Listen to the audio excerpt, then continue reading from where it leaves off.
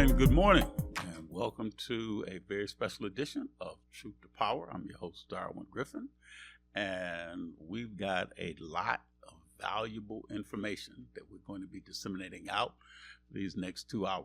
So you don't want to miss any of the information that we've got from my guests today. But before we get a chance to go and meet my first guest, I want to just give a little quick shout out to Western Wayne County NAACP. They're going to be co-sponsoring an event in River Rouge. River Rouge is having their Rouge Days, and they're doing a parade. They're also doing some giveaways, and this is going to be taking place tomorrow. And it's going to be held at the address is 11051 Jefferson, and they're going to be giving away backpacks, books, and also mobile air monitors. Now, I'm not familiar with that term. I'm sure that people probably know, there's a lot of smarter people than I am.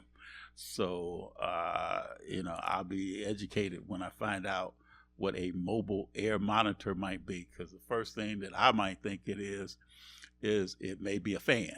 So, it's probably something a lot more sophisticated than just a fan. So you'll want to go and find out what a mobile air monitor is. And then the parade that they're holding is going to start at 11 o'clock tomorrow. And I'm sorry, the parade starts at noon. But the meeting to prepare for the parade, where they're going to, have everybody, to meet and assemble at, is going to start at 11 o'clock. And they want everybody to meet on the street called Marion. And then the giveaway with the backpacks and the mobile air monitors, that'll be at Memorial Park in River Rouge. And that's going to start at 2 o'clock. So again, they'll meet for the parade at 11. They'll march in the parade at 12. And then the giveaway will start at 2 o'clock. And again, this is through not just with Western Wayne County NAACP, but also with Sustainable Caring L3C.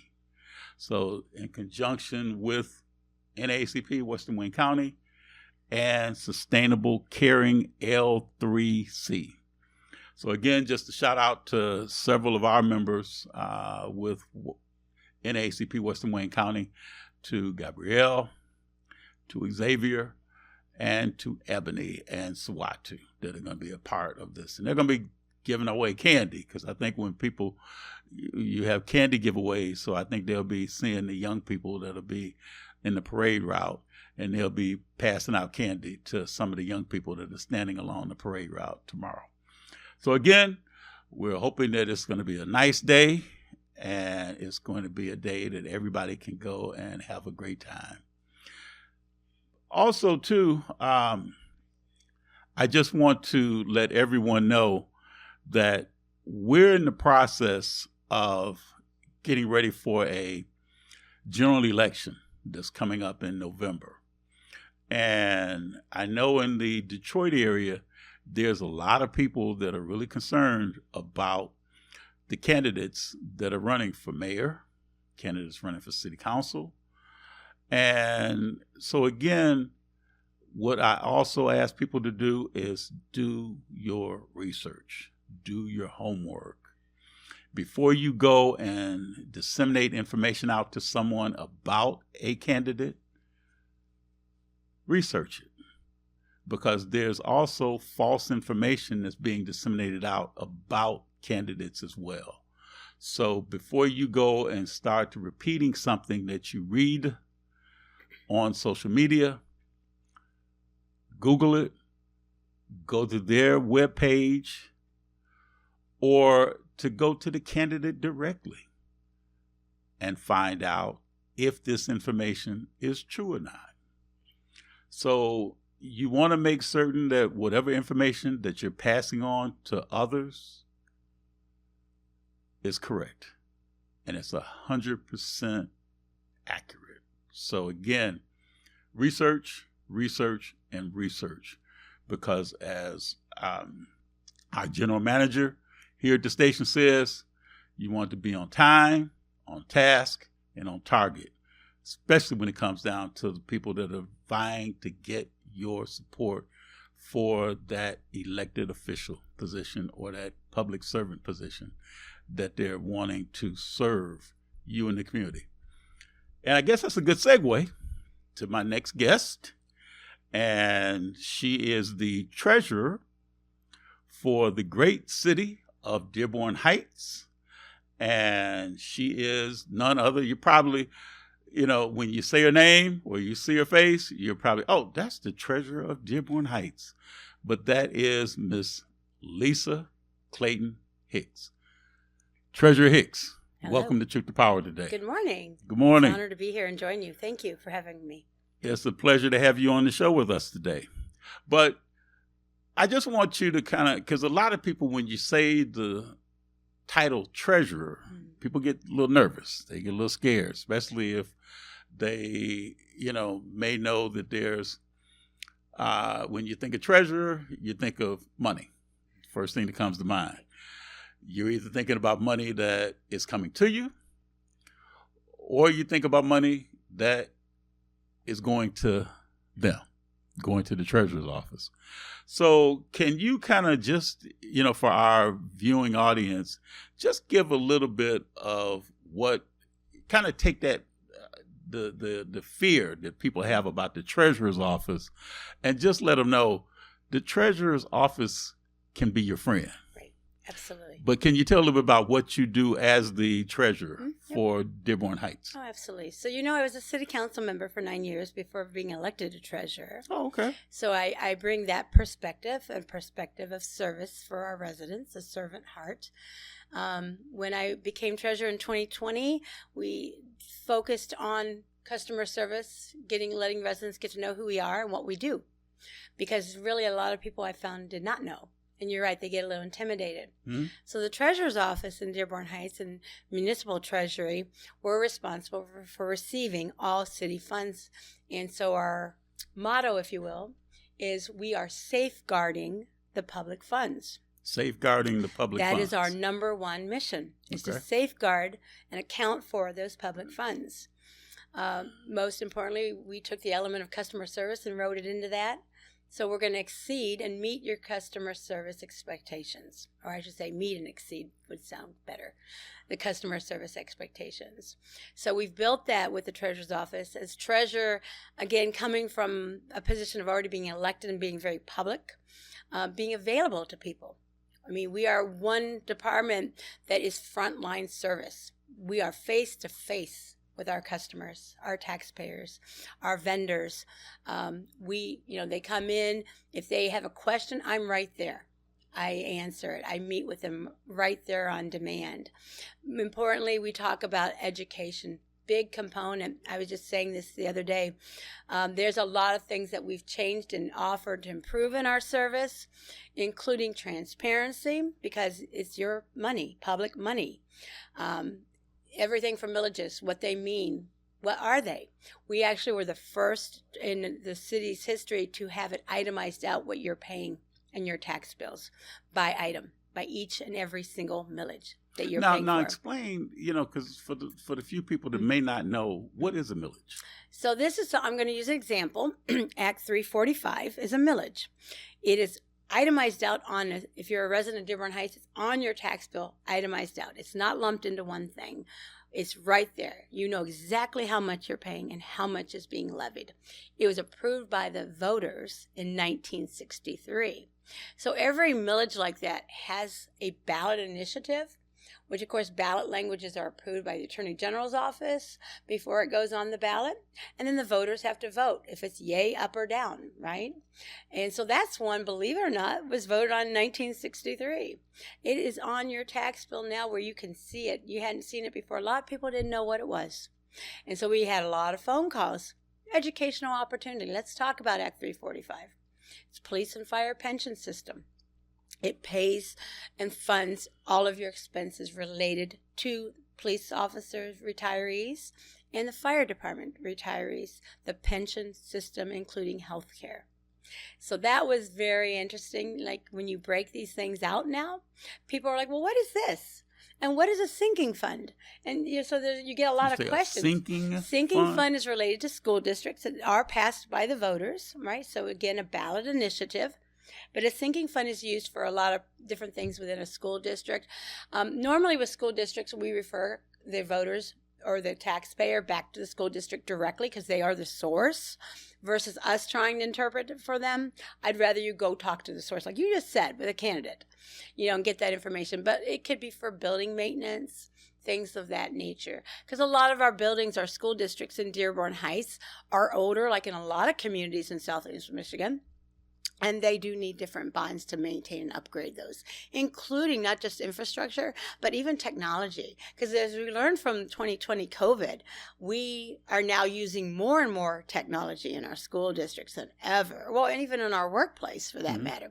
So there's a lot of innovative ideas that we're seeing now, but it also brings upgrades needed, and that means funds. So, Treasurer Hicks, talk a little bit in terms of, say, about what innovations, what changes did you bring to the Treasury Department, Treasurer Hicks Clayton, when you came into office? Right. So the first thing I did, now I was elected November 2020 as treasurer. So that's right at the end of COVID, pretty much. And the first thing was assessment. Like I had to sit back and review and assess daily operations and what was going on. That's how you can truly, once you assess, then you evaluate. Once you evaluate and say, okay, here's what our needs are, then you do a plan. That was literally my first 4 years, was doing all of that, all those steps that I just mentioned. Then you have to have your staff on board too. So now they are part of the process. So some of the innovation updates, and we are continuing this, by the way, it's never over. But some of the things include scanning check for deposits. So it's scanned immediately. You're not sending this stuff to the bank physically. You don't have to. You're saving time. When you save time, time is money. Now your staff can reappropriate their time for other things versus manually doing deposits every single day. Sounds really simple, but you know what? We weren't doing it, and now we are. That was one of the first things we did. The use of BS&A, which is the software that municipal governments use, I was going to say pretty much all over the country, but definitely in Michigan, uses BS&A, utilizing it to its fullest capabilities. We're crossing that bridge now to expedite reporting, to expedite accounts payable, which is a big piece I'm working on now with the comptroller's office, because it could take up to 30 days to get a check issued for an invoice. It's not necessary. We can use BS&A for tracking. It's secure, reporting, and get the check issued that week. And what is BS&A? That is a software that the cities use. Most municipalities use it because they kind of have the market in Michigan. But really great resources, even like the tax delinquent letters, which, by the way, I just put out this week. Thank you to my team for helping me with that. But we used to do like a manual letter that they kept in Word to manually send out an email, or not an email, we should email, but a letter saying, hey, you didn't pay your taxes, just to let you know. You're late. Here's what the new price is because of the penalty. There's actually a report that's generated out of BS&A. Why invent this letter when all you have to do is push a button? It takes all your data. It knows, right, who hasn't paid. It can even tell me if you pay by September 30th, here's how much it is. By October 31st, here's what it is. By November 30th, here's what it is. Puts it all in one letter. That's great. Send it to the residents. Perfect. And you're done. By the way, it took less than probably about an hour to get that done to, in our case, about 2,800 residents. So what happens then if a person is delinquent on, because I've had, Wayne County Treasurer Eric Sabree, on the show several times. Yes. And I know one of the things that he says is that we're not trying to take your property. We're not trying to take anything from you. Right. So how do you disseminate that information out? Because, some people don't understand, number one, and this is a part two to the question I'm going to ask you. What is the difference between the city treasurer and the county treasurer, and how do they work in conjunction with each other? Right. Very good question. Shout out to our Wayne County Treasurer, Eric Sabri, and his office, his team. They do a phenomenal job. They are partners with us. We work together. They do a great job with all their programs they have. And you're right with what Eric Sabri said, and I've heard him say it live. We don't want to take your home from you. Mm-hmm. And I agree. And I parrot that. I mean that when I say that to residents. So we refer people all the time to Wayne County Treasurer's Office for those programs. Get yourself in a payment plan. Stop the foreclosure process. Foreclosure happens after the third year of delinquency on your property taxes, unpaid. Third year goes into foreclosure. But let's go back to the initial question that leads us up to that point. Their municipal treasurer's responsibility is to collect the property taxes for the current tax year. So we are collecting for 2025. We can do so by state law. Everything is under Michigan General Tax Act 206 of 1893. That gives us all of those powers, those delegated powers through state law. Mm-hmm. Everything we do is based off of that. I will tell you, in the city of Dearborn Heights, we have an ordinance of summer taxes, which are mailed the first week in July, are due August 15th. That's by ordinance, and we are a home rule city, so we can do that. But we do this, council can extend, the governing body can extend your tax deadline, which they did, to August 28th. The state law for tax deadline for the summer is September 15th. So a lot of municipalities use that rule because it's in the state law. Mm-hmm. So if you're late after, in our case, if you're late after our tax deadline, which this year was September 28th, 0.5% is added for that period of August 28th to the end of August, 0.5%.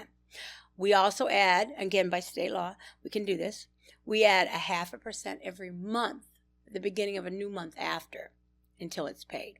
So you get another 0.5% in September. If you pay today, you're looking at 1%. That's the 0.5% from August and 0.5% from September, 1%. So it keeps, building at that point. Mm-hmm. You do have until February 28th of 2026. It's still 25 tax year, but it's in 26. People get confused by that, by the way. So February 28th each year, your current tax year, if it's not paid to your municipal government, by state law on March 1st, it goes right to the county. Okay. So we send our files, the uncollected taxes on real property taxes, to Wayne County on March 1st. That's where Wayne County now comes in and they start collections. Wayne County does make city municipalities whole on our tax rolls, which is very good for us, but they get to collect at that point. And that, again, is where I tell people, hey, if you're past that March 1st date and your tax rolls have gone, your tax bill has gone to Wayne County, call them now. Get in there and get on a tax plan. Stop the interest rates from accruing. Right. Stop the foreclosure process after 3 years. You don't want that. You can avoid that. There are so many payment plans with Wayne County. It's like so many different plans. There's got to be something you can get into and keep your home. Nobody wants you to lose. That's what I was curious about, because if somebody knows that they're going to be late on paying their taxes, what should they do? Well, this is something, too, as when I became treasurer, this is part of the things we changed. And I did get a lot of pushback, to be honest with you. The city of Dearborn Heights used to say, hey, you got to pay your entire tax at one time. There's no other option. This is it. I said, no, that's not correct. Let's let the customer, the resident, taxpayer, customer, okay, if they can pay $1,000 or $500 a month at their rate, whatever works for them, right? Their financial situation, why not? It's no harm to us, okay? But we always say to the taxpayer, no. Let's say your bill is $2,000. You pay $500 a month. You've got to keep track and make sure you pay before that February deadline, okay? Because I can't control that. March 1st comes, it's gone. I can't do anything about that. But if you want to pay every month up to that point, as long as you're paid by that period, we're good. So that's called partial payments. We now offer partial payments, which again, sometimes it's not one size fit all. This person may need this kind of payment plan. This one does this. We are flexible to support our taxpayers with that. One thing I will tell you is if you want to avoid penalties and late fees, you may be eligible for a deferment. We did a really big push on that, like educational component. I spoke to public groups and neighborhood groups and whoever about deferment process. We probably have had 4 times the applications this year than ever. And yeah, they were approved because they met the qualifiers. That's a state program, deferment. You would have to be over the age of 62 or disabled, quadriplegic, blind, a veteran or a veteran spouse, somebody who meets that criteria. It has to be your primary residence exemption, your PRE on that property, and make under $40,000. If that's your household income under $40,000 a year and you can check one of those other boxes, you get approved, and then you don't have to worry about the late fees, and that is up through February again, 28th, for this current tax year we're in. So no fees, no late penalties, and then you can do your own payment plan with us. So now, if a person, let's say now, how do you notify the residents or your clients in Dearborn Heights? Now, is it through mail? Is it through putting some kind of notification on their property, or how do you notify them that they may be delinquent or late, as far as paying their taxes? And then, or if there's a possibility that that house or that property might be foreclosed on. Okay, so there's a couple of things. Of course, the tax bills are mailed out in our city twice a year. Okay. July, first week of July, first week of December. And we do a lot of posting, like social media, public meetings, city council meetings, city website, the treasurer's page, print media, with your local newspapers like Press and Guide and others. So we're doing everything we can to get the word out, including the tax deadlines and general information.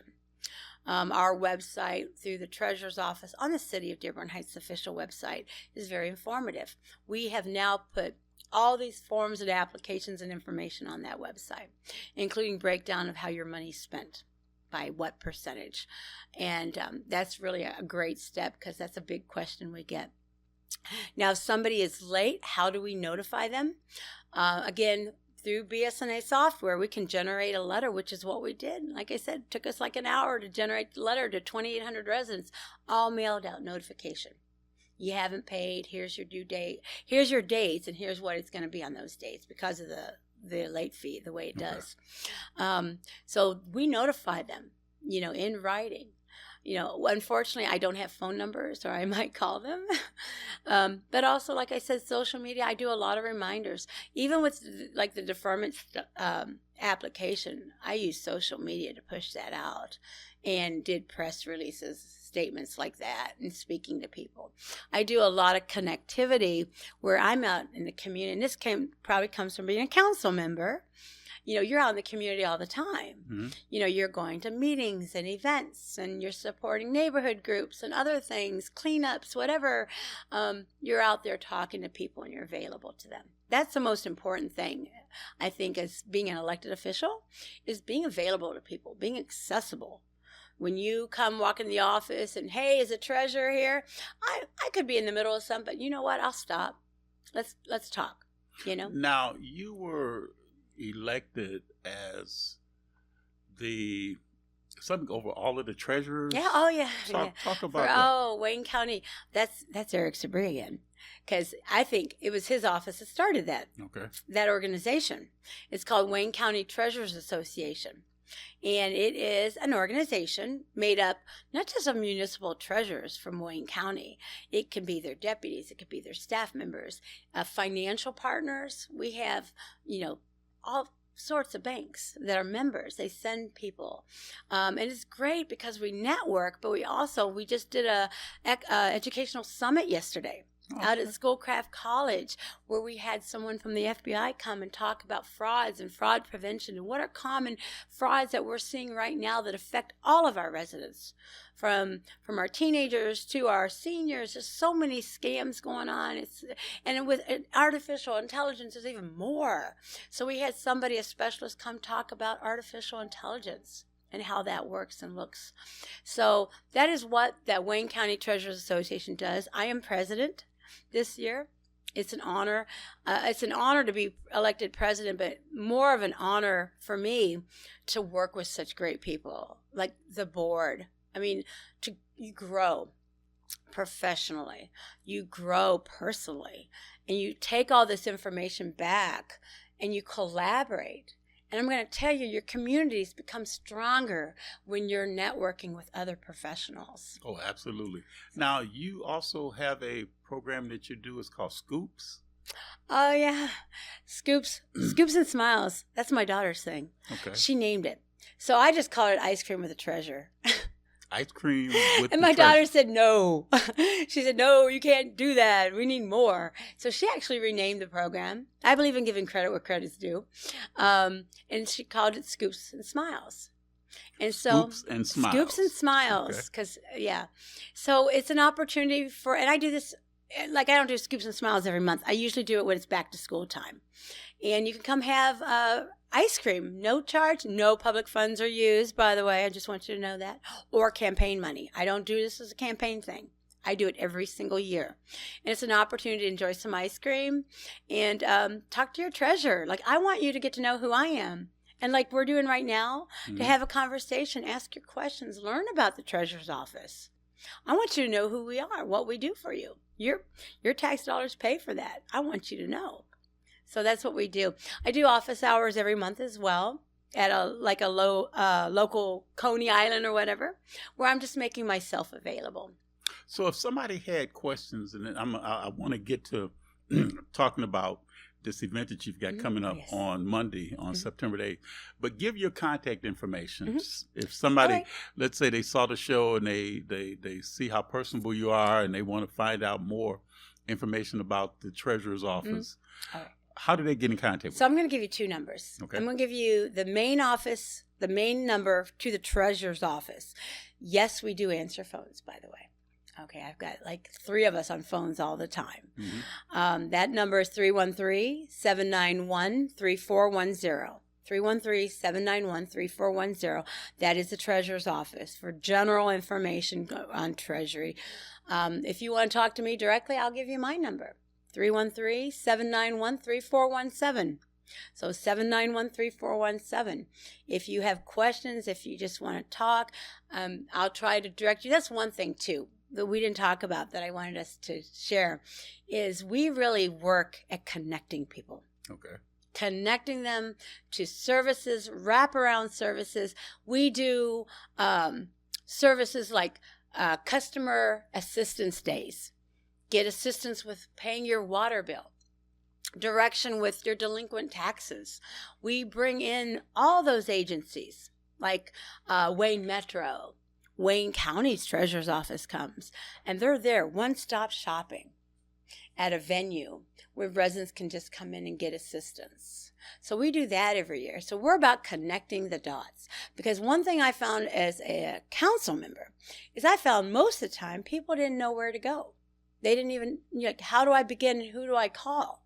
So I feel, because we know that, we have a responsibility to share that. Absolutely. And that's what we do. We're connecting people to those resources. Okay, now you've got an event that's coming up on Monday, September 8th. Can you talk about it? Oh, yeah, I'm really excited about this one. So we are partnering with Michigan Department of Treasury on Monday, June the 8th at 7 p.m., open to everybody. This is a direct result of what our residents, our constituent taxpayers, were asking for.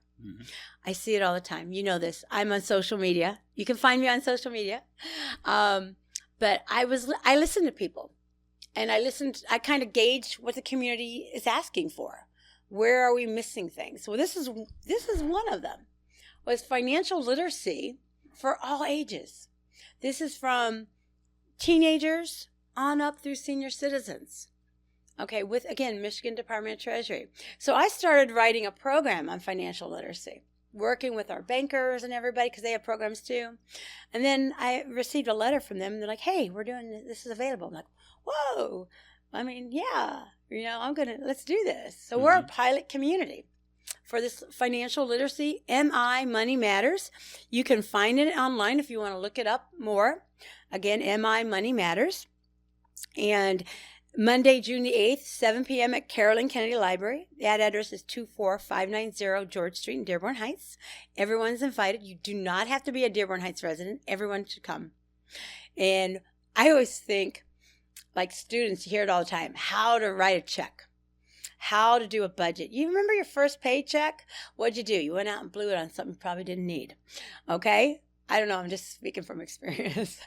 But how to properly manage that money. But also, do you remember I was in college, my first credit card? Yeah. Oh, they didn't tell you all the fine details. Did you read the details? Maybe not. So we could talk about that too and what happens, because that can be a cycle, by the way. It's so interesting. I had State Representative Brenda Carter on the show with me last week, and one of the things I was telling her and her husband Randy was that I learned more about money and how to add and subtract money was playing Monopoly with with my parents. Yeah. And, had to learn, about buying property, and those type of things. But now you really do a lot when it comes down to the schools as well with trying to educate young people in the schools about writing a check, balancing a checkbook, and also about the importance of not just spending money, but earning money. Right. How to save money. Exactly. That's a possibility. So yes, we do work with the school districts. Absolutely. Dearborn Heights has 5 school districts, so it makes it really interesting. But we're getting the information out to them because there is a need that was based on the need and the assessment of the community. And getting with the students, they're welcome and invited. We reached out to the seniors is what we did. And again, budgeting, planning, how do you save money? Budget tool. Okay, I love this. Borrow smart. Okay, credit cards as borrowing money, folks. So, yeah, there's a catch there, right? The interest. Let's talk about that. You could get in debt for who knows how long. Right. With that. That's something people need to be aware of. You imagine being 16 and you probably don't know, really. And who's telling you? So we feel responsible to help with that. I love this one, money personality. All right, apparently we all have a money personality. If you want to know what your money personality is, come on out and join us Monday night. Again, 7 p.m. at Carolyn Kennedy Library, 24590 George Street. See, I like a guest that reads my mind because I was just about to give you an opportunity to repeat again where it's at, the time, and the location and everything. But is there anything else? We've got to, wrap this segment up, but is there anything else, Treasurer Hicks, that you would like to, say to our viewing audience? I mean, other than, what I really want to say is that we are public servants. I have a servant heart. When I say, people ask you, why did you run in the first place? Back in 2011 when I ran for council, it was because, and I mean this, is to make a difference, to actually help people. I look for that opportunity. I believe in assessing the community's needs and responding to it. It's not me by myself. It never will be. I partner with people. I partner with organizations to try to bring forward these programs. I want people to always communicate with me and know I'm available. Call me, email me. You can even message me on social media. I get messages all hours of the night, and most of the time I'm probably up. And I respond to you. I'm listening to you.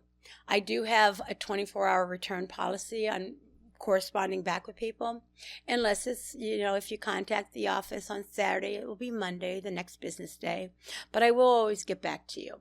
But I welcome ideas, suggestions.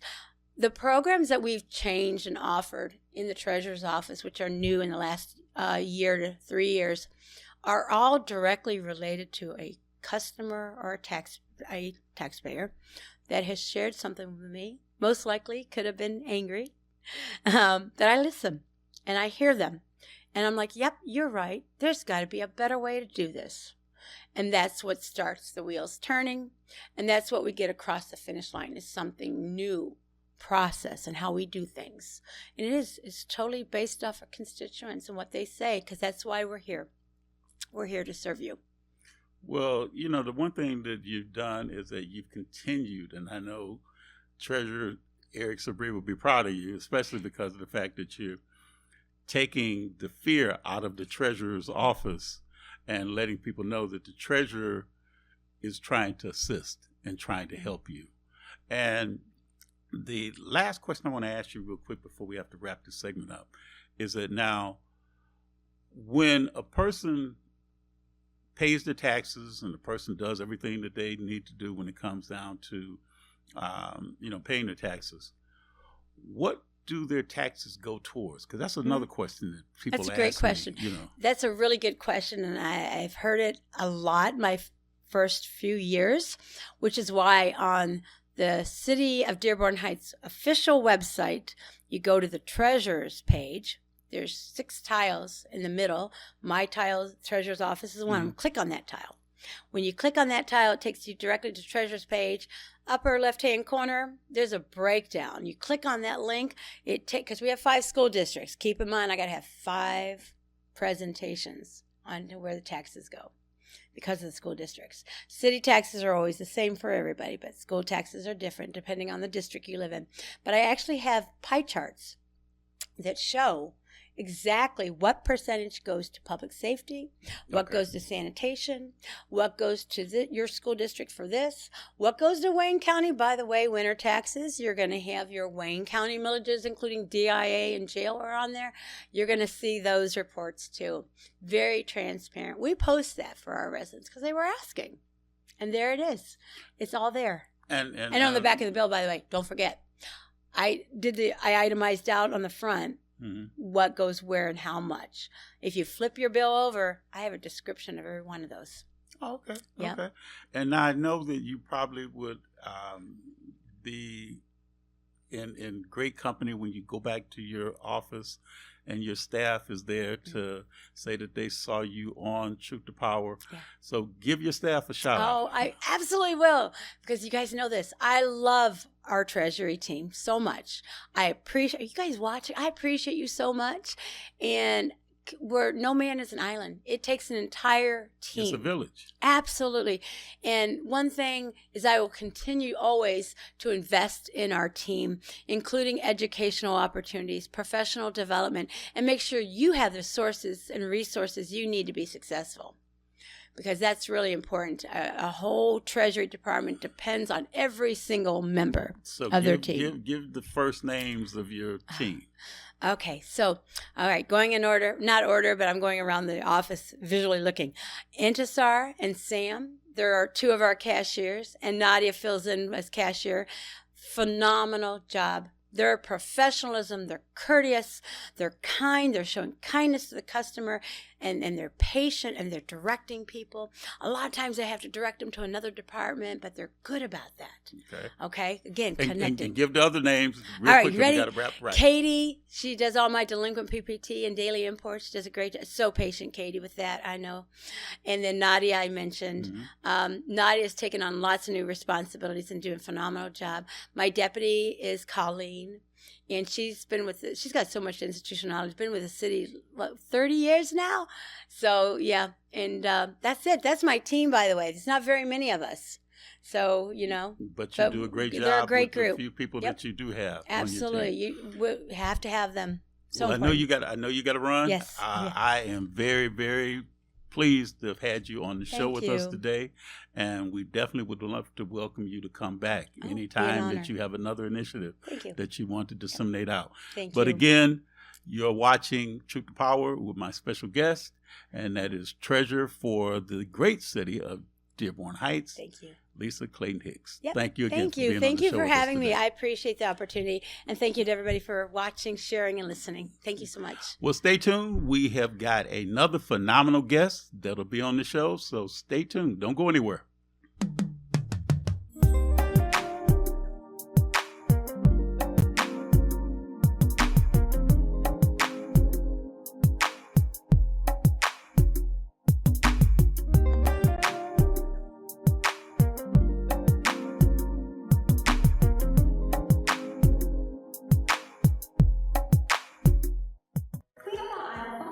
clean up on aisle 5. Sounds like my life right now. Just one big mess. What's going on? It's my property taxes. What? I am behind, and I am so worried that I'm going to lose my house. I can pay some of it, but I can't pay it all at once. Sorry to interrupt. I'm Eric Sabri, the Wayne County Treasurer. The last thing I want is for anyone to lose their property to tax foreclosure. We have assistance programs to help. For more information, go to treasurer.waynecounty.com. We're here to help. Mr. Maps Lounge presents a Sunday karaoke concert family affair. $5 cover charge. Every Sunday, kids 13 and under get in free with their parents. We have food and cocktail specials and a menu for kids. Maps the Godfather will also be there during special times. Doors open at 5 p.m. For more information, call Chef Lord at 313-523-7620. Mr. Maps Lounge is a cash-only bar. Muscles, joints, or feet tired, achy, or distressed? Tried everything? Ringmaster Rubbing Oil is a vintage topical pain reliever, trusted for over 70 years, with a rich formula for the treatment of stubborn aches and pains. Packaged in a glass bottle for purity, our liquid can also be used in warm water for foot soaks and compresses. A little goes a long way. Try our time-tested formula, available in several sizes. Make a donation to WHBR-TV and receive 2 2-ounce bottles of Ringmaster Rubbing Oil for $25. Call 313-868-6612. Feel good about your future with tuition-free programs at Wayne County Community College District. Whether you want to be in healthcare, computer science, the culinary arts, digital media, or robotics and automation for the next generation of vehicles, WCCCD has you covered. A full range of programs to achieve your goals, fit your schedule, and give you all the support you need to be successful. All of it tuition-free. Now there's something to feel good about. Register today at wcccd.edu. Every Monday through Friday from 12 noon to 3 p.m., it's the Tavis Smiley Show, distributed by R.J. Watkins Studios. All media platforms are engaged. Copy. Get ready to launch your show or product. Periscope ready. We're 5x5 ready to launch. Copy that. Trend worldwide across all major platforms. Ignition. 3, 2, 1. The world is waiting. Watkins Broadcasting. More than just TV. From the desk of R.J. Watkins, this is a WHPR editorial. I'm Ariana Watkins, and for decades, my father, R.J. Watkins, has served our community with quality radio and TV service through WHPR and Roku. Today, I'm proud to stand beside him, continuing the legacy built on trust, innovation, and your support. We're here because of you, and we'll keep bringing you the best now and for generations to come. Thank you for supporting us and growing with us. This has been a WHPR editorial. Block time is available. Get yours. Call 313-868-6612. That's 313-868-6612. Executive producer R.J. Watkins. Program director Henry Tyler. 107.5 FM. WGPR HD3. Radio we can see.com.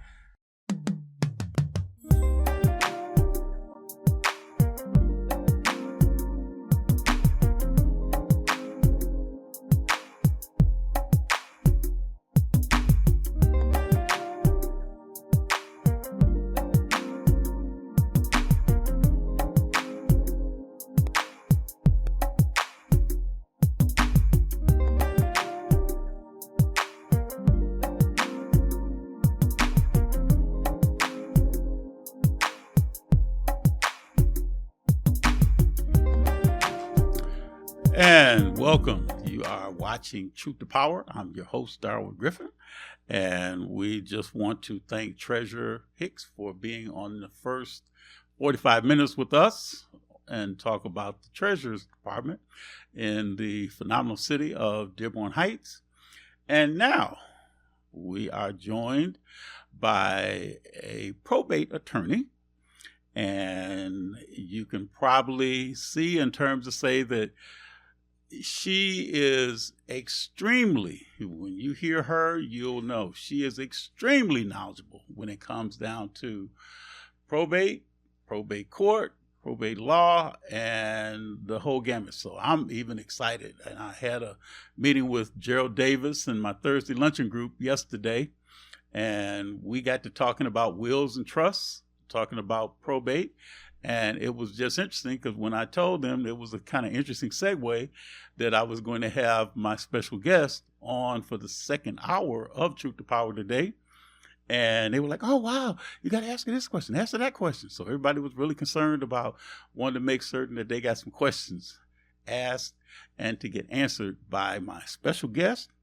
And her name is Suzanne Fanning. Suzanne, am I calling you Susie or Suzanne? Susie Darwin, because you're not on the other side of a courtroom from me. So okay. Susie to my friends. Susie to your friend. Well, thank you for being able to go, and I see you as a friend at the same time. So thank you for coming on Truth to Power. We are pleasingly pleasured to have you come on the show with us. It is an honor today. to be here. Thank you so much. Thank you. Now, you're a probate lawyer, yes, correct? Sir. Tell about, because, you know, a lot of people ask that question. Just like I was talking to, the treasurer in the first segment, people sometimes get intimidated when you hear about the treasurer.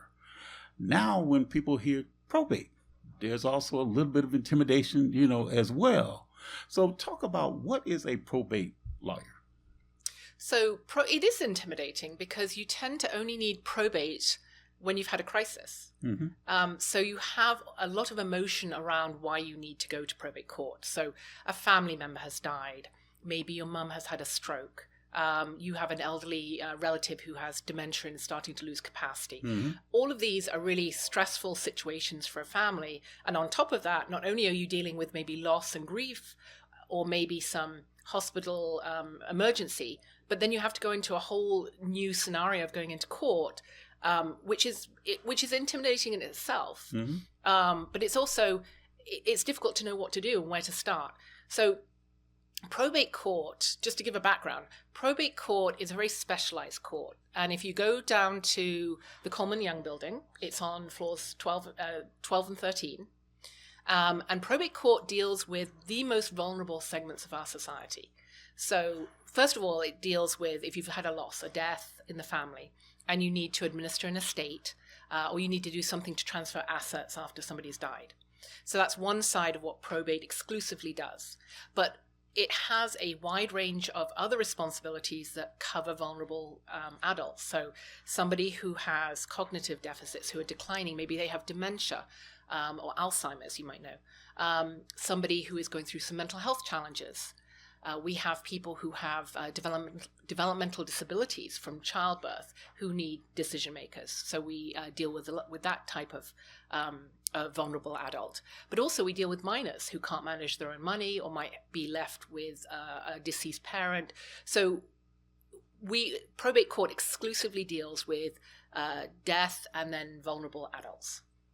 So now when you talk about the different, like, let's say, for example, if a person's parents transition, then that monies from like their estate or any other monies that they may have, like in a savings account or let's say a life insurance policy or something like that. Now, how is that money disseminated out? Does it have to go through, do they need a probate attorney to help them to disseminate money out, especially when you have estates that may have been liquidated and they're trying to decide who gets the house, who gets the car, who gets the this, who gets the that? When should a person contact a probate attorney? That's a really great question. And you cover a couple of different things. So if you don't mind, I'm going to just treat them Sure. separately. So first of all, I think it's really important for everybody watching your show to know you don't always need probate. And I'm a very visual person, so I'm going to give you a little bit of a visual analogy. Think of yourself, you're in a front of a forest, and beyond the forest there's a village. And there are 3 paths to get to the village. They all get there, and you can take 1 or 2 or 3 paths. There's no wrong path to take. And that's what planning for passing your assets after death is. So you mentioned life insurance policies and things like that, or savings accounts. So there are certain assets that you can put a beneficiary on, and a beneficiary is who gets my money after I die. Mm-hmm. And things like life insurance policies, IRAs, 401ks, an annuity, maybe some bank accounts, certain assets. And you can always ask, you can name a family member, your spouse and your children as beneficiaries. If you name those, you really don't need probate, because upon that person's death, the asset will automatically go to the person who's named as beneficiary. It's the best way to transfer something because it's really secure, it can't be challenged, and it's very quick. You give a death certificate to the life insurance company, and they'll give you the money in a couple of weeks. So that's a great way to do planning to avoid probate. So that's one path. Another path you can go down is to do a deed, because you can't put a beneficiary on a house. And most people have to go through probate because they might put a beneficiary on a life insurance policy, but they lived in a house, and who's the house going to go to? So one thing you can do is it's a very interesting deed called a ladybird deed. And what ladybird deed, okay, after Lady Bird Johnson. She was the first lady, and she did this with her ranch in Texas. And what you do, so Darwin, you own your home, you will do a deed to yourself for the rest of your life. And that deed will say Darwin can sell the house, mortgage it, whatever you want to do with your own home. It's your home. But upon your death, it will go to somebody else. And what that creates is it puts a beneficiary on the house, and you don't have to go through probate. So if you have a ladybird deed, then, of course, if you sell the house, there's nothing to take. But if you have the house when you die, it automatically goes really easily to your next family member or spouse. And all you do is file the death certificate. You record the death certificate. So those are certain ways that you can pass your assets without needing a probate attorney. The third path is to do a will and a trust. And that does sometimes necessitate talking to an attorney. Depends how much you have. If you have a really simple estate, and you just want to do a simple will, that might just be a quick meeting. Now, when you say a simple estate, kind of define what do you mean when you say a simple estate? Simple estate is I have a checking and savings account, I have a home, and I might have some form of retirement savings, maybe an IRA. Okay. Something that is not simple in terms of somebody's done a lot to build that wealth, right? But it's quite simple to transfer.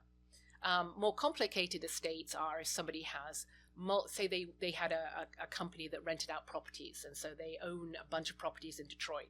That's a bit more complicated than an estate to transfer. But a simple estate, what we refer as attorneys to a simple estate, is home, bank accounts, maybe an investment account or a retirement account. And most of those can be beneficiary designated. And then you can do a will. And I'm going to get myself out of business here, because you don't have to have an attorney to do a will.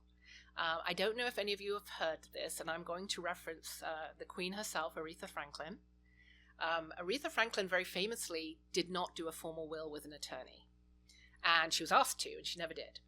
But what she did is she left handwritten notes. And I don't know if anybody followed the case, but she left one in the back of the sofa, she left one in a cabinet, and she had several children. Mm-hmm. And you can have a handwritten document, as long as it's in your handwriting and you sign and date it. That's a legal will. It's called a holographic will, which means just I did it in my handwriting. That is as legal a will as a typed witnessed will. And you can introduce that and have that probated. You don't need an attorney for that if it's very simple. But if you have a bit more complicated estate, or you have some dynamics in your family, maybe somebody is not somebody you want to inherit, you don't want your stepchild to inherit, or somebody else, then you can go to an attorney and have a very simple will written up. And all a will is, people get a little bit confused, a will is nothing more than a letter of instruction to the court to tell the court who you want your assets to go to. You still need to probate an estate if you have a will. And if you leave anything that's just in your name, so we don't have a beneficiary on it, it's only in Darwin Griffin's name, and it's not joint, then you'd have to go through probate to pass that on to the next person. And the will tell the judge how to do it. So now, when you talk about a will, does it have to be registered with the state? Or should you notify the state at all that you do have a will? So it's really traditional, and maybe some of your parents and grandparents would file the will with the county. Okay. They would go down to probate court. They would give their original will, and the probate court had this massive safe, and all the wills would go in the safe. We really don't do that anymore. People are too transitional. They travel and they move.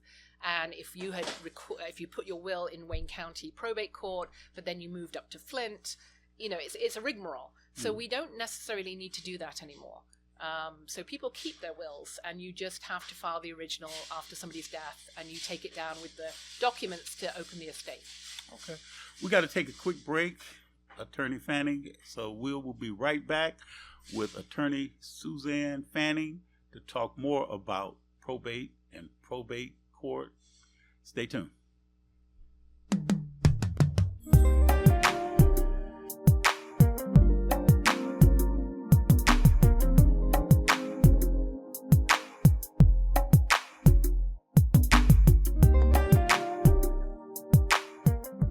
Feel good about your future with tuition-free programs at Wayne County Community College District. Whether you want to be in healthcare, computer science, the culinary arts, digital media, or robotics and automation for the next generation of vehicles, WCCCD has you covered. A full range of programs to achieve your goals, fit your schedule, and give you all the support you need to be successful. All of it tuition-free. Now there's something to feel good about. Register today at wcccd.edu. Mr. Maps Lounge presents a Sunday Karaoke Concert Family Affair $5 cover charge. Every Sunday, kids 13 and under get in free with their parents. We have food and cocktail specials and a menu for kids. Maps the Godfather will also be there during special times. Doors open at 5 p.m. For more information, call Chef Lord at 313-523-7620. Mr. Maps Lounge is a cash-only bar. Muscles, joints, or feet tired, achy, or distressed? Tried everything?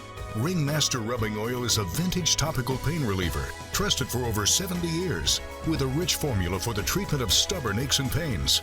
Packaged in a glass bottle for purity, our liquid can also be used in warm water for foot soaks and compresses. A little goes a long way. Try our time-tested formula, available in several sizes. Make a donation to WHPR-TV and receive 2 2-ounce bottles of Ringmaster Rubbing Oil for $25. Call 313-868-6612. Every Monday through Friday from 12 noon to 3 p.m., it's the Tavis Smiley Show. Distributed by R.J. Watkins Studios. You're watching WHPS, Highland Park, Detroit.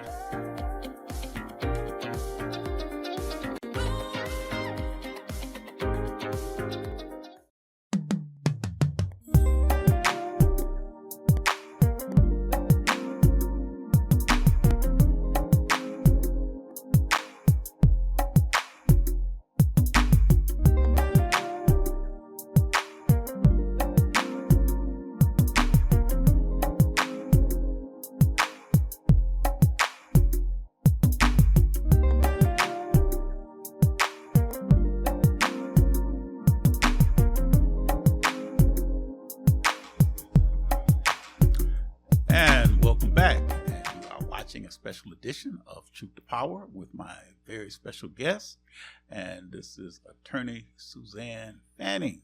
So again, we talked a little bit about probate and looking in terms of say of what you do. Now, one question that I wanted to ask you too, that somebody brought that to my attention yesterday at the Thursday Lunch Group. What is the difference between a will and a trust? So, building on what we talked about in the last segment, a will is a letter to the court to tell them what you want to happen in your estate. Okay. So, a will is used when you have to transfer assets that you don't have anyone as a beneficiary, and the probate is the process to transfer that asset. So, it's a path to the endpoint of getting your asset from A to B. If you do a trust is a way to avoid having to do that. Okay. So it's one of those, when we talked about the paths, it's another path you can take. I'm very careful with trusts because they do cost a little bit more money. If you go to an attorney and ask for a trust, make sure you ask how much they charge for trusts, because they tend to be more expensive than just doing a will. But trusts are useful and sometimes necessary in certain circumstances. So I'm going to give you some examples.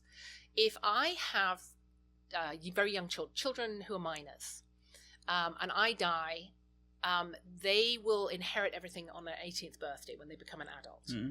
And that's very young to inherit money and know that you have the maturity to understand what to do with an inheritance. And most parents would not give a chunk of money to an 18-year-old if they were living.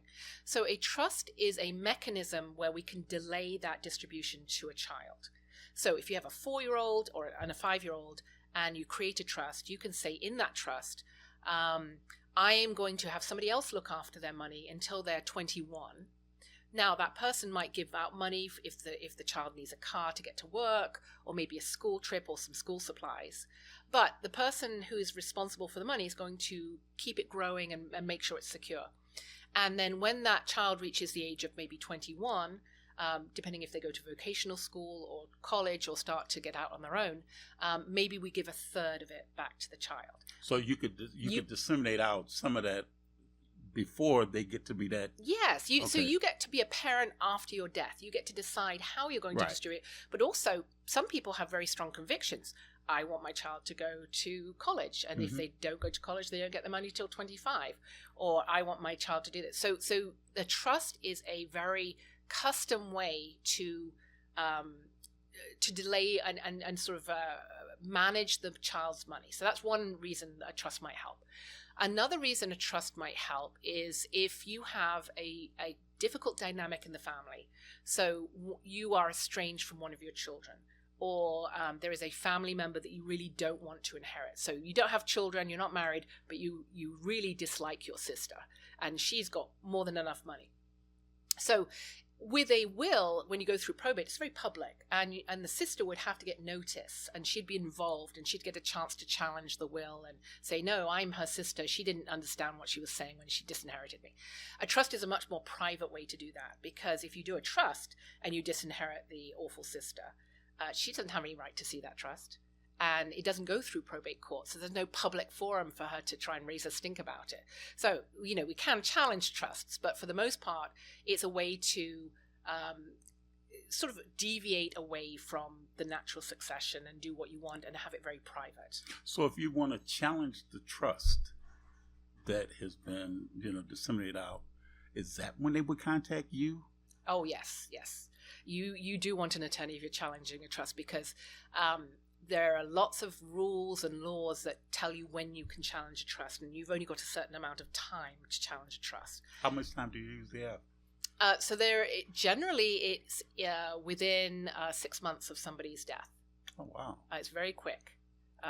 We challenge things and we can challenge wills too, particularly if you feel that somebody didn't have capacity when they executed these documents. Yeah, because that's what you hear sometimes, that somebody might not have been in sound mind. I think that's the term that sometimes people hear, and say, if somebody was not in sound mind when they wrote the will, or they composed the will, then it could be contesting whether or not that person was in sound mind, or if they wanted to contest the trust, the same thing. But I guess then you're talking about challenging someone's mental capacity? Yes, that's exactly the phrase we use in the law. So you've got it exactly right. So there are two. We presume that when somebody executes a document, you sign a deed, you do a will, you do a trust, that you have capacity and that you're not being influenced. That's our presumption. We can overcome that presumption. Say that somebody is in the hospital and they're weakened by a stroke, and one of their children have them sign a new will. That's a circumstance where I have red flags, because it's in an environment where somebody is vulnerable. They might have some residual complications from a stroke or from a surgery or something that's weakened them. They might be on medication that is clouding their judgment. They might be very sleepy and not have their full capacity. So there are circumstances where, you get your spidey senses up and you're like, this is not necessarily, something that I think is going to be a valid will. And so somebody has the opportunity to challenge and say, I don't think they had capacity because I didn't think they were in their right mind. They had some residual effects of being in hospital. The other way you can challenge a will or trust is not necessarily that they didn't have capacity, but they were really unduly influenced. So when somebody still can make their own decisions, but maybe their capacity is a little bit impaired. So, I'm starting to forget things in my middle age. But as you age, you can still do routine daily things, but you start to have a little less ability to understand complicated transactions and the ramifications of things. And so that lends an opportunity to somebody to maybe start putting influence on a family member. And I don't know if any of you have the experience where somebody is living with mum and dad. It's one of the siblings is living with mum and dad because they're getting older, and there's an unmarried sibling who lives with them. Everybody else is out of state or doing their own lives. And suddenly you start to see that the sibling that's with mum and dad is now joint on their checking account, is now writing the checks, is now taking over the finances, is starting to control when telephone calls are being made to other family members, starting to guard visits, and starting to sort of whisper in the ear that the other children don't care about mum and dad as much as I do. I'm the only one sacrificed. That's a very common pattern we see in influence. And so what we also see in conjunction with that is documents start being changed. Maybe there's a deed that starts being signed over to that sibling who's living with mum and dad. They start using their power of attorney to pay themselves for looking after mum and dad. They start changing wills and trusts. That is a sphere of undue influence, and that can also be a basis to challenge those documents.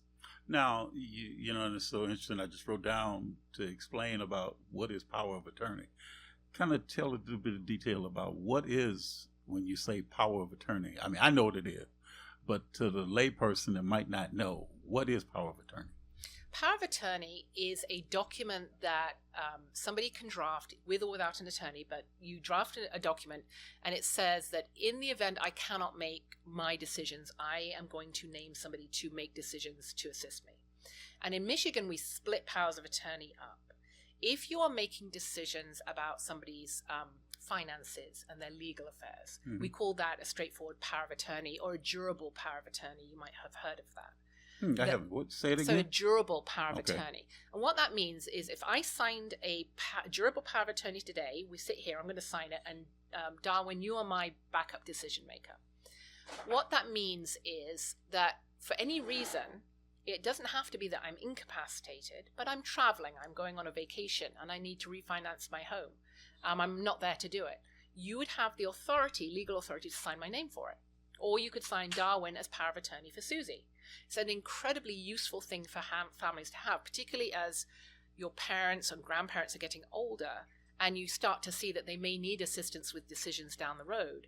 If they execute a durable power of attorney, it sits in the wings. So they continue their lives, they make their decisions, but as somebody starts to maybe decline in later years, or maybe has some intervening event like a stroke or something that affects their cognition, the family member who they've named can step in without going to court. We don't need probate.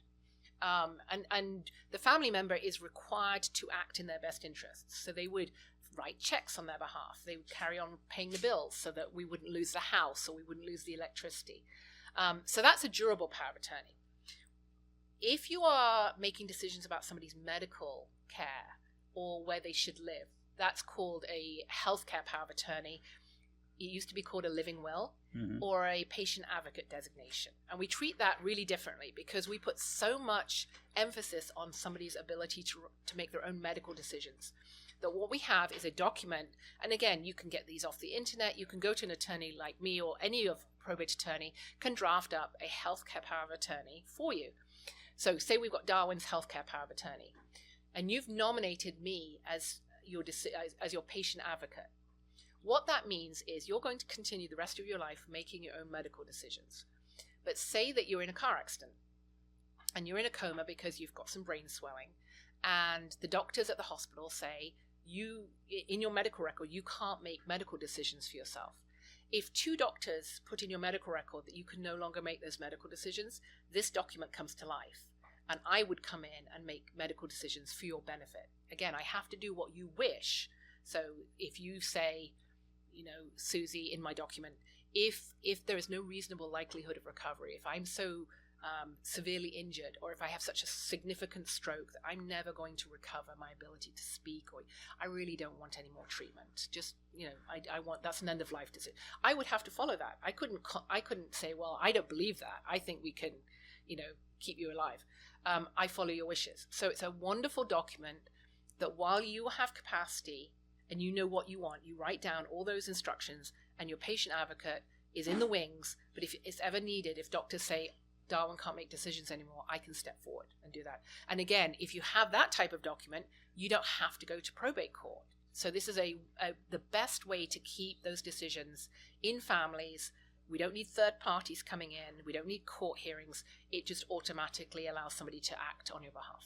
Now, what are questions, or what is a question that the average person, when they encounter you, and they find out that you are a probate attorney, what's the most common question that people ask you? It depends if, so my practice is really divided between the pleasure of planning for people. I really want people to have these documents because we don't want to be involved as attorneys. If it can be in a family situation where the documents are in place, that's the best outcome. Mm-hmm. So I guide people through the process of planning those documents, and a little bit of what we discussed earlier, which is let's get a will done and these powers of attorney and maybe one of these ladybird deeds. And then that package will last you the rest of your life on your way. The majority of my practice is when people don't have those documents and things have gone wrong. And so we have to talk about guardianships and conservatorships. Maybe there's a fight over a will. Maybe somebody didn't leave a will and nobody knows what to do with the assets, how we're going to transfer them. So usually the first question people want to ask is cost. And if you have an attorney that doesn't readily give you cost, you should not be talking to that attorney. We should be very transparent because it's an investment. There's nothing gratifying about paying an attorney for probate because you don't get anything from it. It's like fixing a furnace. It's absolutely necessary. You really need to invest the money, but you don't get any gratification from it. But it's fixed and it gives you peace of mind. So we should be telling you, okay, if we do this, it will cost this. If we do this document, it will cost this. So people are very wary that we're going to be really expensive. And it's not necessarily the case. And the next question is, I think they are very worried about what people will think if they go into probate. So one of the biggest concerns, so say you have a parent who is losing capacity and you don't have these powers of attorney, and unfortunately it looks like you're going to have a guardianship. Oftentimes those type of questions and those type of proceedings will fracture a family a little bit because the parent who's suffering from some cognitive decline thinks their child is suing them or trying to put them somewhere or trying to imprison them. And that sibling that's staying with mum and dad will whisper in their ear, I can't believe they're trying to take you out of your house and put you somewhere. Look at this guardianship petition. They're trying to make you do something you don't want to do. So those are questions about, should I do this because it's going to really upset my parent, or it's going to put the cat among the pigeons. Is that an American phrase? That's the first I've heard it, but go ahead. You put the cat among the pigeons. Okay. And I mean, we think about the fox in the hen house, but okay. Yeah, exactly the same thing. So, so for example, you're going to challenge a trust, or a will. So you find out as a child of a parent who's died that one of your siblings got a new will while they're in the hospital. And you've got to challenge that. That's going to create a lot of strife. The family cookout's not going to be as fun anymore. So those are the questions about, should I do this? When should I do it? I'm really worried about this happening. And a good attorney will sit down and talk about all the scenarios, and also used a really good word earlier, counselor. Counsel the family about, well, you might want to do this, but this will be the outcome. So how about we try this first? Or as we're trying to do, we don't want families in court. It's an awful place to be for a family. So why don't we try mediation? Can we get the family together with a trusted advisor, a pastor, a doctor, somebody who's really in the family that people trust? Can we try and sort out an agreement about what is going to happen to our parents rather than going in for a guardianship first? Will that work? Or do we need to do the guardianship? So a really good attorney will give you all of those scenarios and put the agency with the family to decide what's best for them. I can't tell a family what's best for them because I'm not having to go through it. They are. and it's a life changer for a lot of families. And we don't want irreparable damage to families. Right, So those are the questions. I think it's more worry about the process, about what will happen. And then about how much the fees might be. Oh, always. In terms of, say, because of that.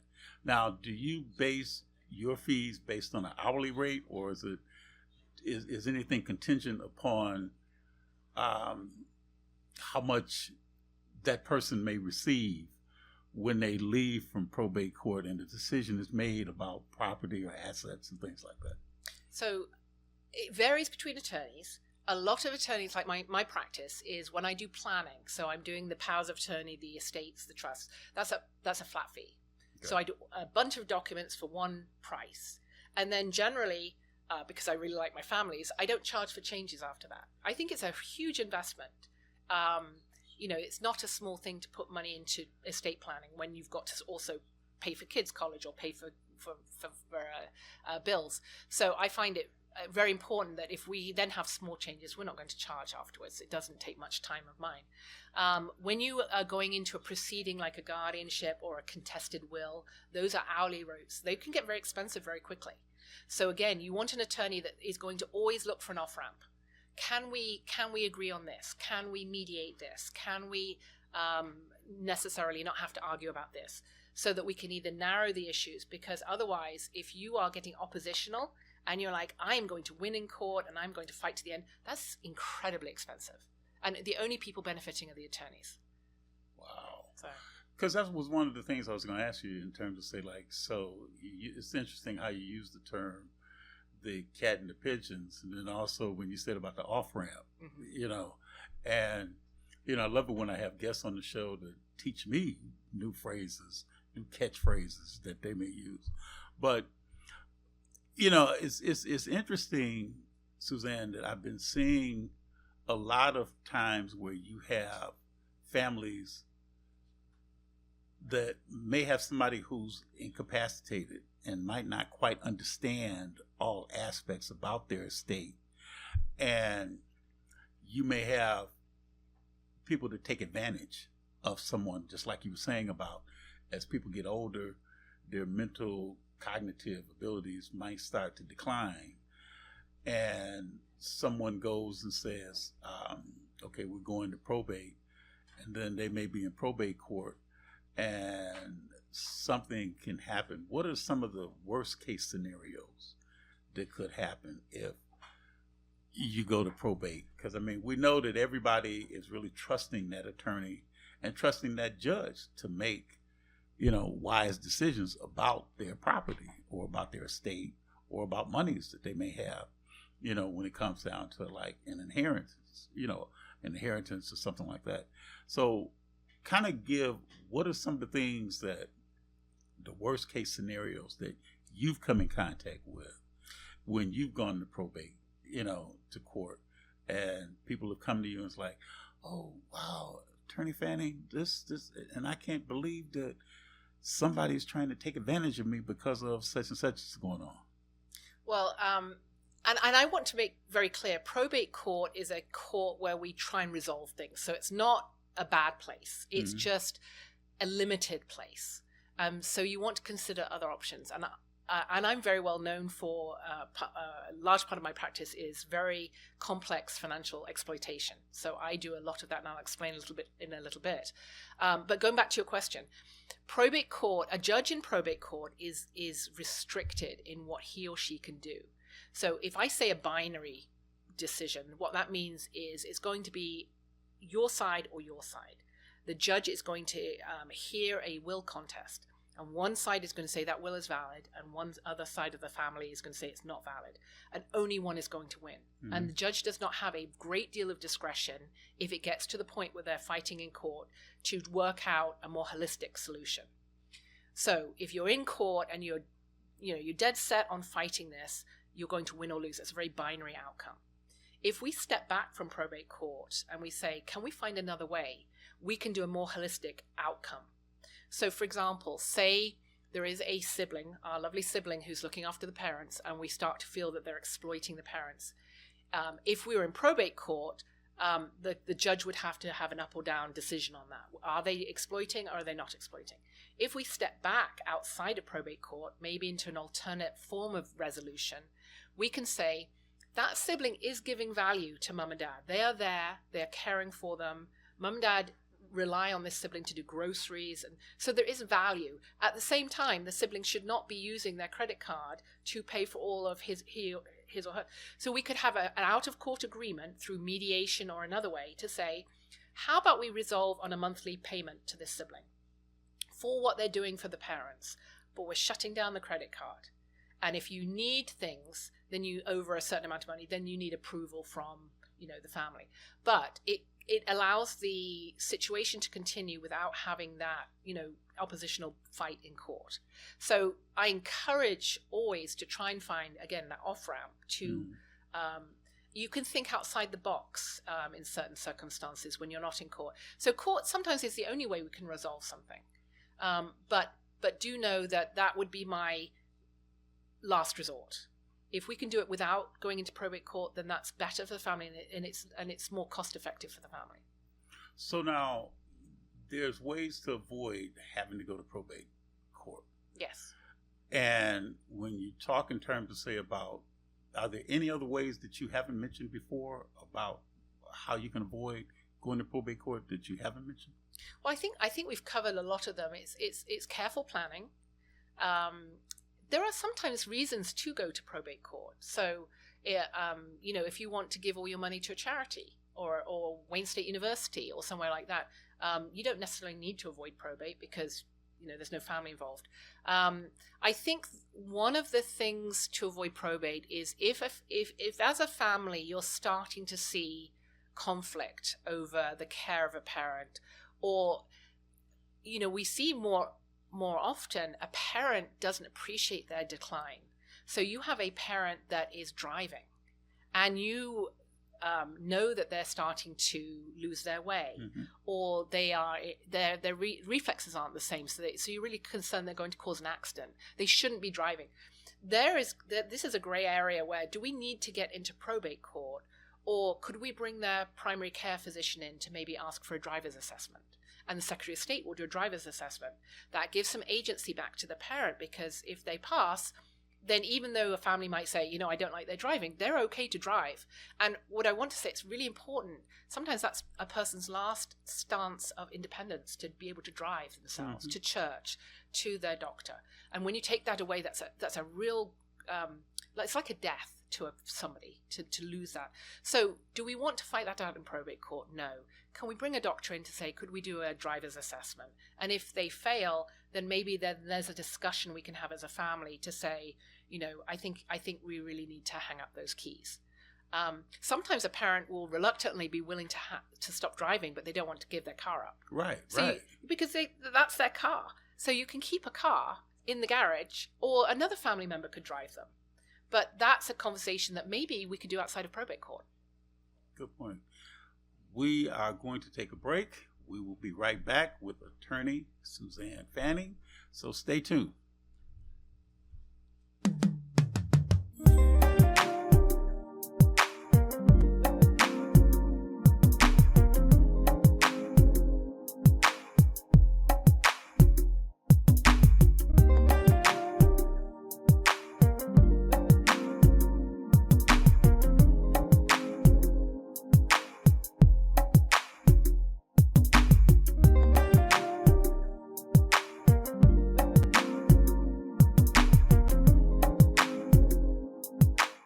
Arrested, you have the right to remain silent. Everything you say can and will be held against you.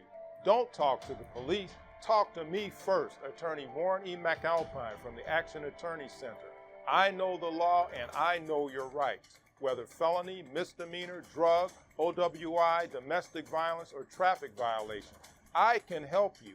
Call today, Warren E. McAlpine, 1-888-292-6908.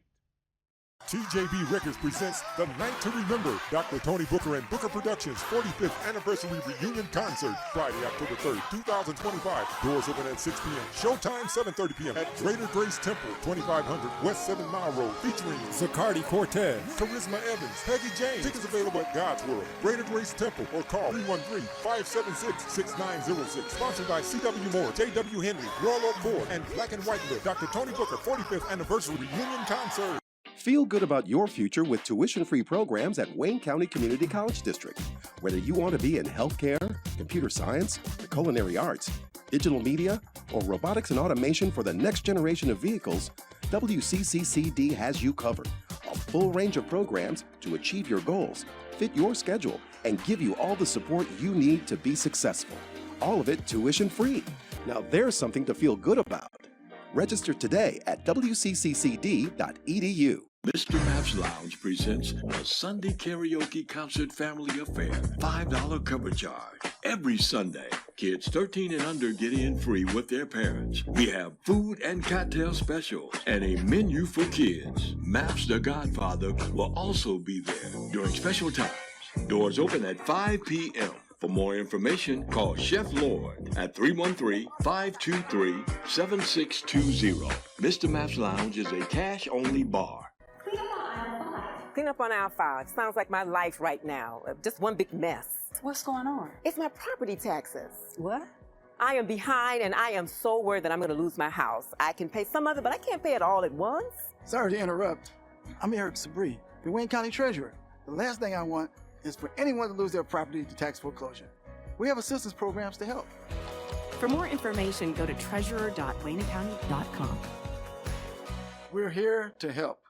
Block time is available. Get yours. Call 313-868-6612. That's 313-868-6612. Executive producer R.J. Watkins. Program director Henry Tyler. 107.5 FM.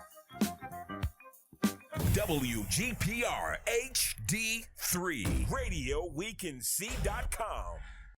All media platforms are engaged. Copy. Get ready to launch your show or product. Periscope ready. We're 5x5 ready to launch. Copy that. Trend worldwide across all major platforms. Ignition. 3, 2, 1. The world is waiting. Watkins Broadcasting. More than just TV.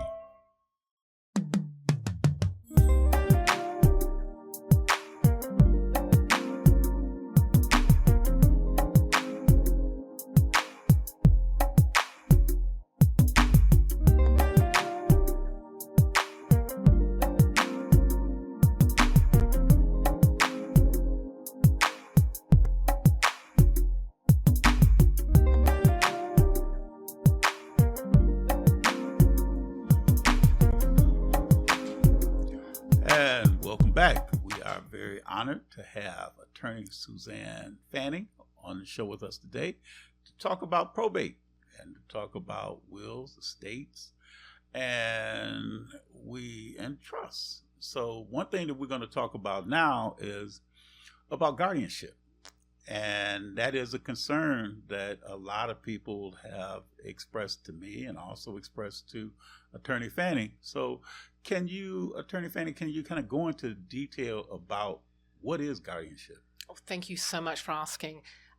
Guardianship is something that has garnered a lot of attention in recent years. There have been several films about guardians, professional guardians. We've had quite a lot of spotlight in Michigan because there is a particular television station that had did an expose on guardianships. So I think a lot of people are rightly very cautious about guardianships. So let me first explain what it is and then the process of it. Okay. So a guardianship, when we were talking earlier and we said that sometimes people don't draft these documents. So if you have a power of attorney for financial matters and healthcare, then we don't need a guardianship generally. But now we're talking about somebody who doesn't have those documents and they're going through something, either they're declining with, often we see dementia in the forms of Alzheimer's dementia, vascular dementia, those type of issues. And so somebody's ability to make their own decisions is diminishing and they need assistance. The other time where we see guardianships is much more of an emergent situation. A car accident, a stroke, a heart attack, pneumonia, somebody's in the hospital. So there's a range of reasons why somebody can't make decisions. Now, what's really important to know is in Michigan, in our statutes, we prioritize family being those decision makers. So if your mother is in hospital or can't make a decision, and you file a guardianship proceeding, we want the guardian to be a family member. And in Michigan, the priority is, number one, if the person has named somebody in a document as wanting to be their guardian. So we do some documents where you say, if I ever needed a guardian, I want it to be Darwin. That's the highest priority. The next is we go through a family. And right at the bottom is the professional. Someone like me, I'm a professional guardian and conservator. I'm at the very bottom of that priority. So again, the courts want this to be in the family, as long as that family member is suitable. And unfortunately, a lot of times that's not publicized, the harm is coming from within the family. It is a family member who is abusive or is neglectful or is exploiting or is doing something against their person's interest. And so what we have is a situation where other family members are coming to terms with the fact that there's some wrongdoing going, and they go to court to try and get a court-ordered decision maker.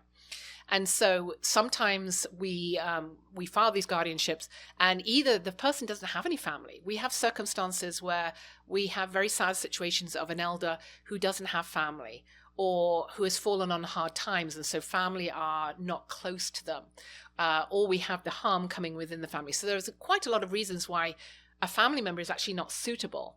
And in those circumstances, the court will appoint a professional. Now, I want to talk a little bit about the differences in guardianship. In Michigan, we have something called a full guardianship and a limited guardianship. If you've had a really severe stroke and you cannot do anything for yourself, so you might be in a memory care home or a long-term care community or in the hospital and you can't do anything, that's a full guardianship situation. We need somebody to have authority over all aspects of somebody's life. But most often, and what we much prefer, and what courts prefer, is a limited guardian. And what we say is that person has complete ability to dress themselves, feed themselves, do very basic activities of daily living, but they just don't have the capacity to manage their medications.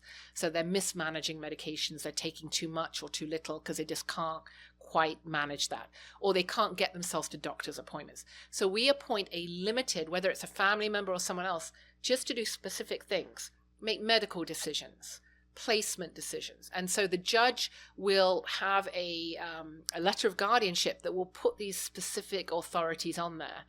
Now, if somebody's had a stroke or a car accident or some form of medical emergency and they start to recover, we can drop some of these things off. You can always go back and reduce that guardianship. And again, guardianships are meant to be temporary. Our best case scenario is that eventually we don't need a guardianship or it gets reduced to just certain things.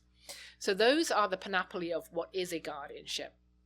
I think one of the things, and you alluded to it very well, Darwin, is the concern about what happens if there is a guardianship proceeding and the court appoints a public administrator or a third party. Mm-hmm. Is that going to mean that they're going to sell the house out from under the person? Are they going to steal the assets? Are they going to use all of the assets up in attorney fees?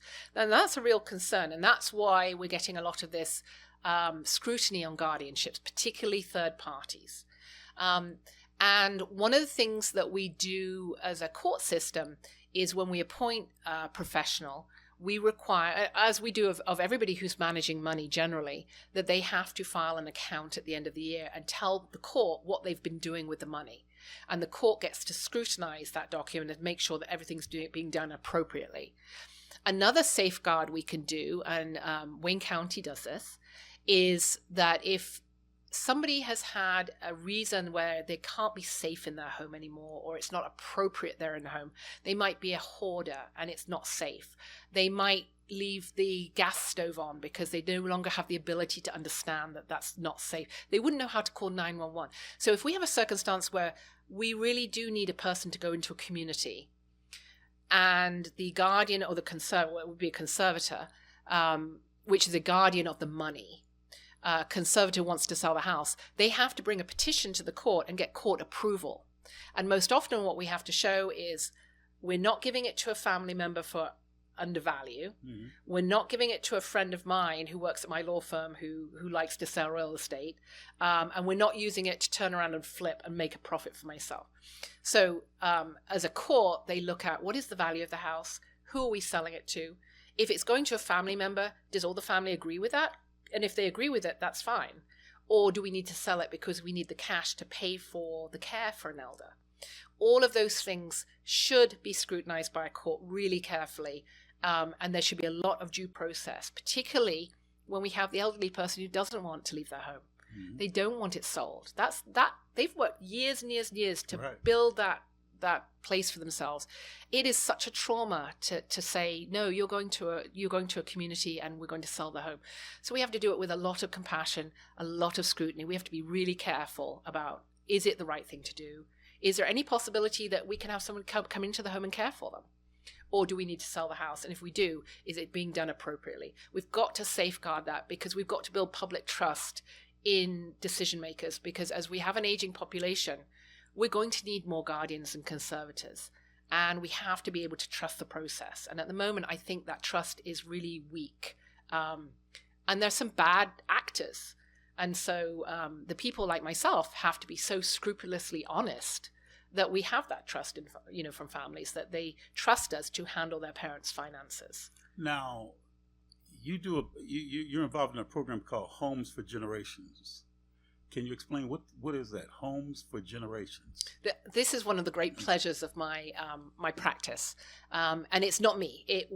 I have to give an immense amount of gratitude to city treasurers and county treasurers and judges and court staff, because this is you with your previous guest, you talked about it takes a village. This is a village. So you may be familiar in either your experience or somebody else's, that there was an immense amount of racial discrimination in housing historically. And the ramification of that, what that led to, is people being really wary of trusting the government, trusting official forms of doing things. And so because of that predominantly racial discrimination, families started informally transferring their homes through their family. So you might know of a grandparent who had a really good child who lived with them to take care of them. And all the family knew that the house was going to go to this daughter. And nobody had a problem. Nobody ever had a problem with it. And maybe that daughter has now had her own family. Well, the parents died. Maybe even the daughters died. And we've got grandchildren living in a home, paying taxes. The family's fine, but the deed never transferred.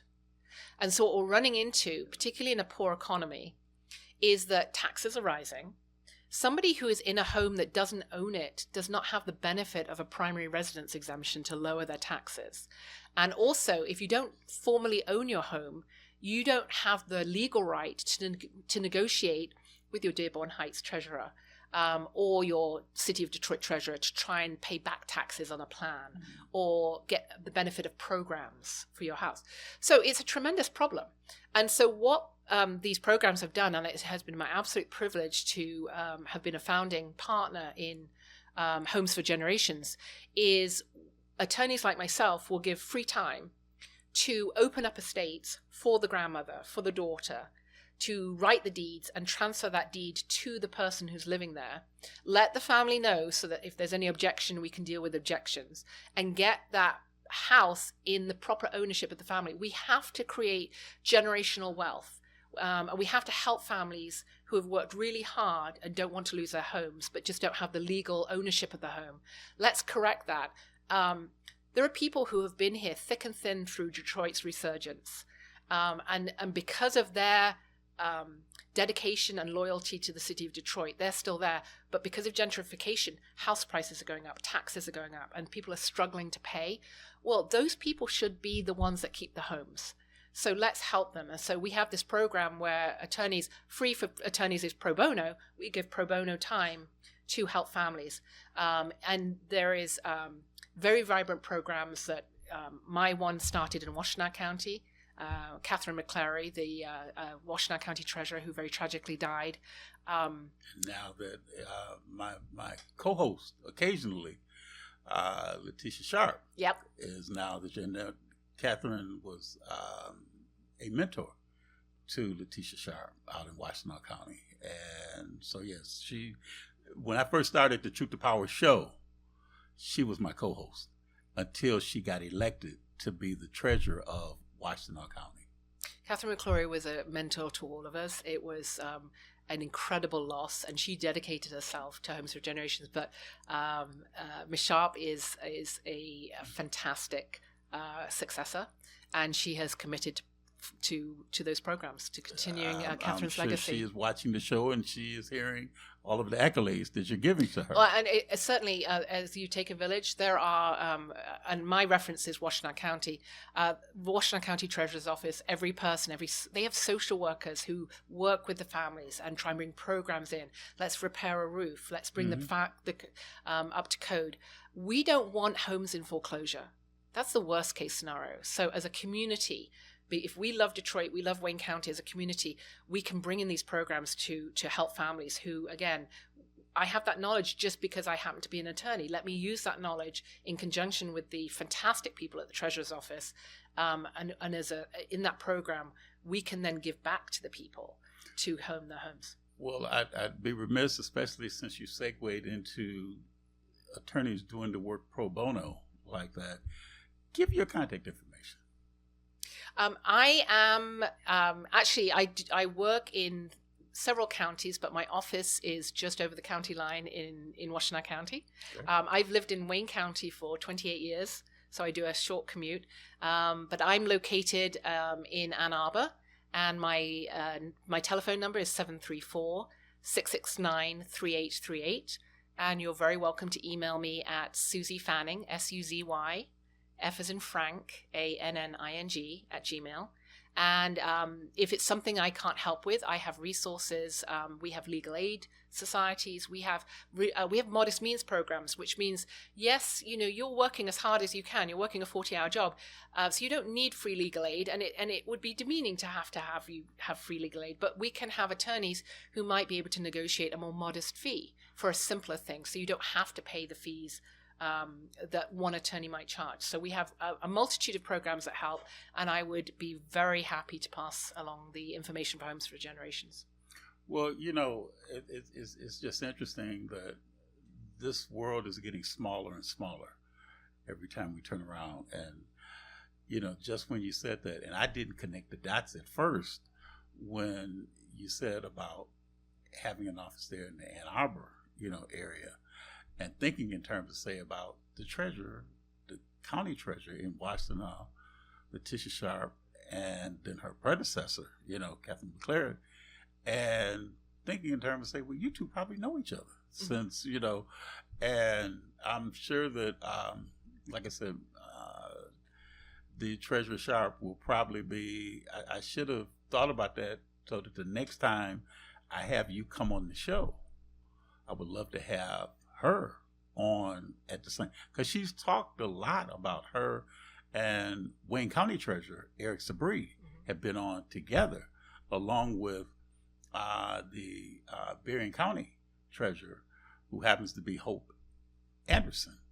So it's just a small world when we think about this. When I first met you, I'm not even thinking about that when it comes down to Washtenaw County and and that, but the thing is that I would love to have you come back on, and then you're one of the few guests that we've had that has come bearing gifts to the show. I have to give a little shout out to previous guests that we've had. I know we had a guest. We had some chaplains from UAW, and from Detroit Police Department that came on, and they brought me my lovely lapel pin from UAW, but you happen to do something a little bit different. I think we're not all foodies over here. We always eat, but we always like to, when people come on the show, we like to give back, and in some cases to have fruit, to have vegetables, to have a sandwich, or have some little condiments that people can have, just to show our appreciation that you've come on the show. But when I saw you come into the studio today and I saw the Eat Good Food bag that came in with you, and I'm like, wow, she's bringing some things to us, and and it's like, just when I saw that, I'm like, wow. And then when our general manager, Ms. Willis, had mentioned about what you brought, I'm gonna give her an opportunity to go and present what you brought to the station in terms of, say, on the cupcake part. But did you have one that you were gonna? I did. So I don't know if you heard a slight accent. So I'm British, and we eat more chocolate and sweets than almost any other country. Okay. We're very well known. So we're not so known for our cooking, but we're very known for our love of sweet things. So it is very common in the culture I come from that we would bring gifts of sweet things. So I was at the shop this morning. So I didn't know what everybody's desire was. So I have about 8 or 9 different, from cannolis to cupcakes to brownies. So very American things. But I cannot say enough about how much you do for the community. I had the privilege of listening to your previous guest, and just being able to disseminate that information to the community. You're such a value. So I appreciate, I really, it's been an honor to come on here. So this is the least I could do, which is give you a little bit of a sweet treat after lunch. Well, it's interesting, because one of the things that I welcome you to come back anytime that you would like to. You've got an open invitation. It wasn't just because you brought the cannolis. It is. Now you'll...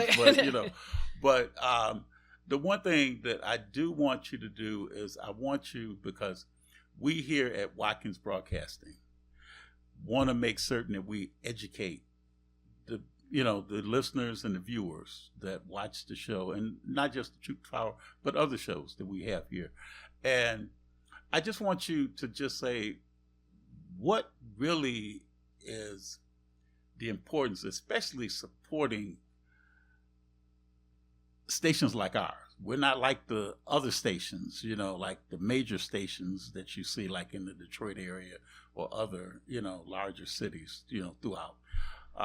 We're a Black-owned station here in Highland Park, but we want to educate. We want to inform. We want to bring truth to power to persons that may want to find out information about the Treasurer's Office or about probate court. And why do you think that that's really important? Because I would love to, as I said, have you come back on again as questions arise from people that looked at this show and said, well, wait a minute. If I'd have known that she was going to be on there, I would have asked this question or suggested that. So kind of just give a little quick, why would you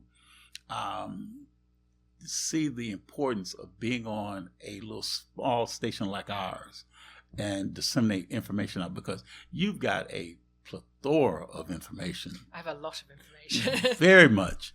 And, and we would love to have you back on, because there's so many questions that you've get, and this show was not long enough. No, we could talk all day. We could talk, right, and then even like when you said earlier about let's stay, a little bit longer than what the show airs today, to kind of, pick with a little bit of brain knowledge that I may have, afterwards. But we would love to have a regular segment like this, with you, and talk about the law. What really encouraged you to go into being a probate attorney? So I want to start off when I came to Detroit in 1992 as an immigrant. Mm-hmm. I'd never been to Detroit before. It was a very big culture shock. I had housing on the Cass Corridor. Back when it was not as gentrified as it is now. And the Black community absolutely embraced me. The kindest, giving, just generous people I've ever met. I've never met a community like the people of Detroit, and particularly the Black community of Detroit. For everything that you've been, every boot that's been on your neck, you don't care. You give back, and you say, we're going to embrace you, strange immigrant girl from England. So first of all, it's a way for me to give back. I've never been more appreciative. My parents were bewildered. I wouldn't go home. I'd found the place I wanted to be, and I've never met more authentic people than I have in Wayne County. So part of what I'd like to do is give back. Second of all, every single person watching this show has a skill, has their area of expertise. I just happen to know the law. What does it harm for me to give as much free advice as I can give? Because why should I have your audience have to pay for an attorney or have to have the anxiety? It's quite anxious going to see an attorney. We're not portrayed as very cozy people, and we charge. And so, somebody may be a bit chilled in their efforts to try and find out how to do something because they don't want to go to a lawyer's office. They think they'll be charged. I can give this advice so that perhaps there's always reasons why you might need an attorney. Mm-hmm. But if I can tell you, hey, you could do this by yourself, or let's go to this website, that doesn't harm me in any way. It doesn't affect my practice, my ability to help people who really truly need an attorney. But each one of us gives back. And, you give back in your time and your expertise in the fact that you make a path for people to get information out to the community. And that's your skill set. You are passing on these incredibly valuable things to a broad community so that they can be educated and more informed and can make informed decisions. So I can do that. I'll come on whenever you need me to and give, not free legal advice, but paths for people to do things and to get more educated and answer questions, because we're all a community. And the fact that you have a Black-owned studio here that really serves the core community of Detroit is phenomenal. And so any time I can be an ally to that, I would absolutely love to do it. Yeah, because that's the thing, because we want to make certain that we can partner with a lot of people such as yourself to come on shows like mine or other shows, in the Watkins broadcast family, and to get the information out, to lessen the fear that people may have when it comes down to having to handle legal issues or legal concerns. And see, the one thing that everybody knows is that there's some things that you can't avoid. And we know that the cessation of life is something that we can avoid.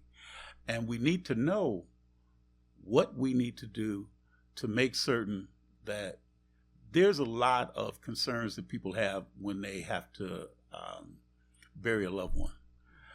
And to lessen the blow when it comes down to families that may be differing with each other as it pertains to property, an estate, a will, those things. So that's the one thing that I really, really appreciate you being on this show to do that. So again, give your contact information one more time. Well, I know you're closing out, but just it's very important to know that we should know, whether we're attorneys or judges on the bench, everything that you're going through with a loved one is the most important thing to you. Mm-hmm. It should be the most important thing to us. So the first words out of our mouths should be, I'm really sorry for your loss. I'm really sorry for the challenges you're going through. How can I make your day better? How can we be a servant to you to help?